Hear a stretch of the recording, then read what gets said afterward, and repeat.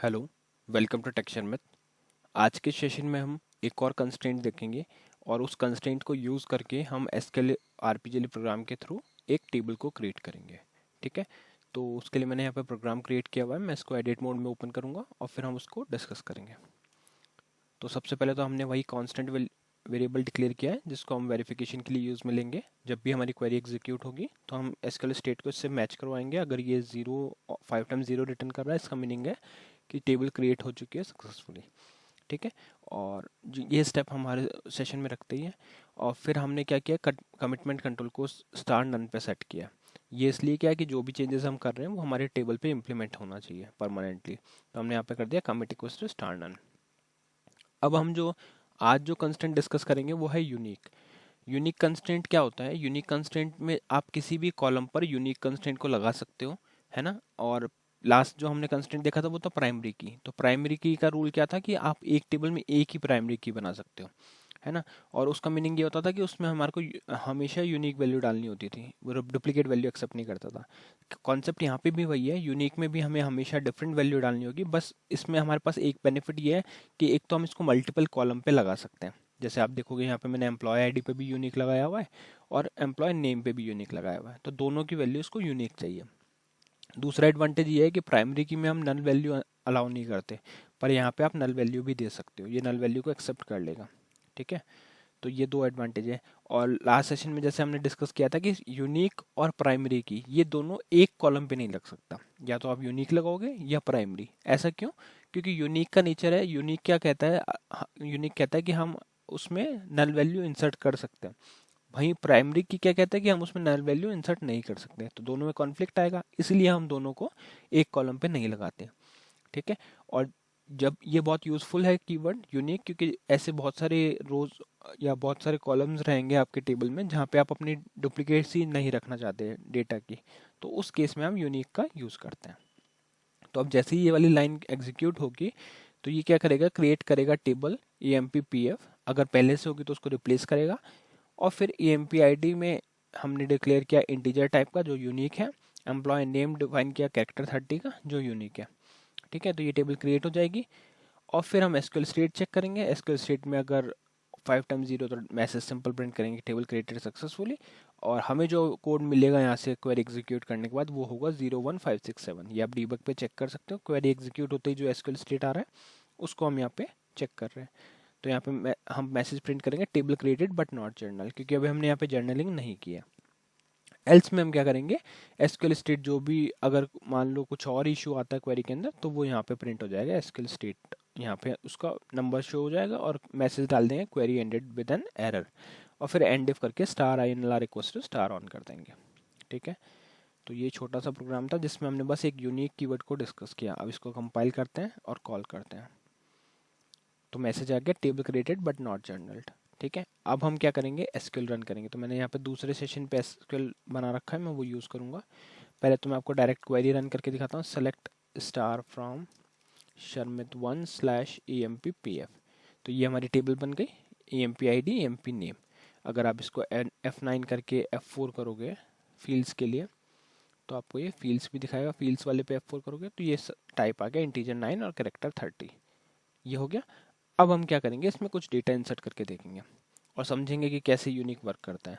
तो ये क्वेरी हम यूज़ करेंगे, insert into Sharmit1/EMP/PF EMP ID EMP name. इन दोनों कॉलम में हम वैल्यू डाल रहे हैं। पहली वैल्यू हम डाल रहे हैं एम्प्लॉय ID एज 20 और दूसरी डाल रहे हैं शर्मित। अब इसको मैं एंटर कर देता हूँ, तो अभी कोई रिकॉर्ड नहीं है तो इसने इसको एक्सेप्ट कर लिया।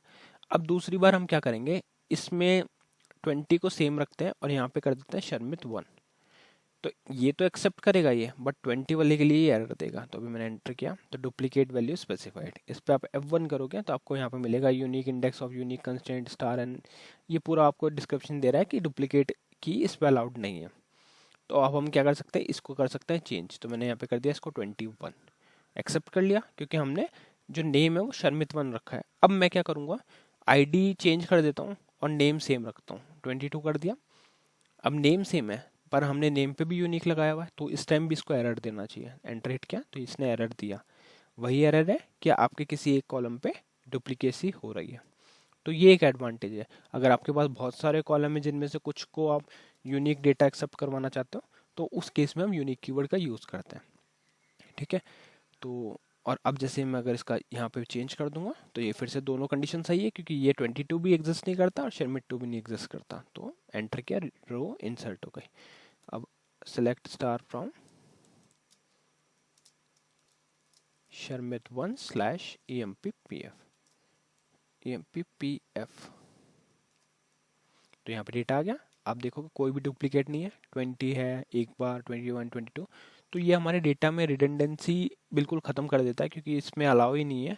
और अपने जो DB2 कंस्ट्रेंट का मीनिंग ये होता है कि वो एक कॉलम को कुछ सेट ऑफ रूल्स फोर्स करता है कि उसको वो सेटिस्फाई करना ही होगा, तभी वो डेटा इसमें इंसर्ट हो पाएगा। ठीक है, मोस्टली लोग इसमें दोनों में कन्फ्यूज़न होता है लोगों को, प्राइमरी की में और यूनिक में। तो आप लोग उसको बहुत क्लियर कर लें कि प्राइमरी की में यूनिक वैल्यू एक्सेप्ट करता है, ये ट्रू है, बट उसमें नल अलाउ नहीं करता। हाँ, एक चीज़ और मैं आपको दिखाता हूँ क्वेरी में। अब सपोज अगर मैं इसमें नल इंसर्ट करने की ट्राई करूँगा तो क्या ये लेगा? तो उस केस में मैं क्या करता हूँ, एम्प्लॉय आईडी को हटा देता हूँ यहाँ से और सिर्फ एम्प्लॉय नेम को इंसर्ट करेंगे। ठीक है, ये हटा देते हैं यहाँ से, देखते हैं क्या होगा। तो अभी तो ये डुप्लीकेट दे रहा है क्योंकि शर्मिट 2 ऑलरेडी है, तो मैं इसको कर देता हूँ 3।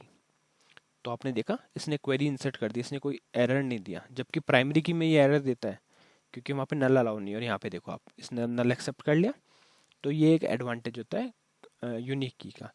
तो डिफरेंस मैं वापस से बताता हूँ आपको क्लियर करने के लिए, क्योंकि ये बहुत टाइम इंटरव्यू में वो क्वेश्चन आता है कि प्राइमरी में और यूनिक में क्या डिफरेंस है। तो प्राइमरी की में क्या होता है, आप नल वैल्यू एक तो एक्सेप्ट नहीं कर सकते, वहाँ पे आप नल वैल्यू नहीं, आपको डेटा देना ही होगा उसके लिए। दूसरा, जब भी आप उसमें वैल्यू इंसर्ट करते हो वो यूनिक होनी चाहिए, अगर सेम डुप्लीकेट वैल्यू डालोगे तो वो एरर देगा। तीसरा, एक टेबल में सिर्फ एक ही आप प्राइमरी की का यूज़ कर सकते हो। वहीं अब अगर हम बात करें यूनिक की, तो यूनिक में आप नल भी अलाउ कर सकते हो, एक टेबल में एक से ज़्यादा यूनिक की भी यूज़ कर सकते हो, यूनिक कंस्ट्रेंट, और डुप्लीकेट इसमें भी नहीं होता। तो आप इन दोनों को क्लियर हो गया अभी ये कि क्या क्या डिफरेंस है दोनों का।